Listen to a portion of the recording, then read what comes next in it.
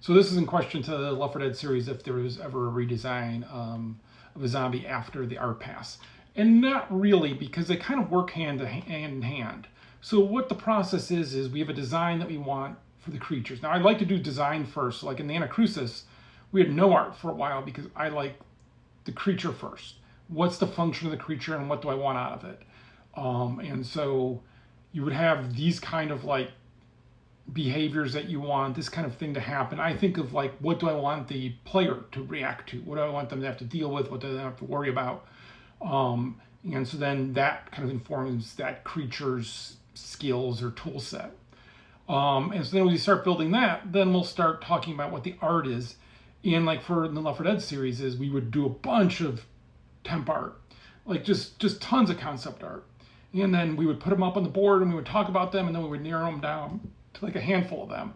And then from that handful, we would get more finished looking products. And then people would put pins on them of like the ones that they liked and kind of, especially characters, we would do this even more so. Like, we're gonna go with these and these and these. Okay, so we'd like this one, we're gonna go with this one. So the modeler would create it and we would put it into the game. And that doesn't mean it's done.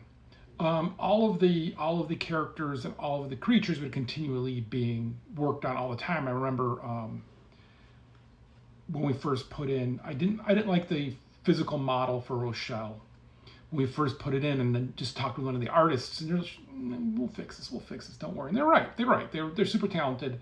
They made it up. I remember walking in one artist's room, and I'd always laugh of they'd always have the butt of the character, just making it look better. Always the butt though. I don't know, but they look better. And that's kind of that back and forth as you're going that I think really is one reason why so many of the creatures and the characters at Valve and hopefully for the Anacrusis are memorable because that happens together. It's not like passed over to a team and you're like, hey, what do you think of this? Right? It's all part of the same process so that you're working together on it all the time. You know, I think the one weird thing out of there is the smoker, right? The smoker smokes, sure, but it's not really the big function. And the tongue is really more. And so if you think about it on the Anacrusis, I like the idea of the smoker, but I thought smoke had been done enough. And I wanted to have the idea of, I'd played a bunch of Counter-Strike, and I wanted to have the idea of a flashbang. And so our flasher is literally a flashbang, and then the grabber grabs you. So I separated those two things. And so for me, that's a parting of that same design because it's the same space that I was thinking in. But the smoker, you know, graduated from just smoking up an area and doing damage to pulling you in, right? It's first to smoke it up and pull you in, and then you go play Left 4 Dead now, and it does so little smoke that it really doesn't have a large impact on you.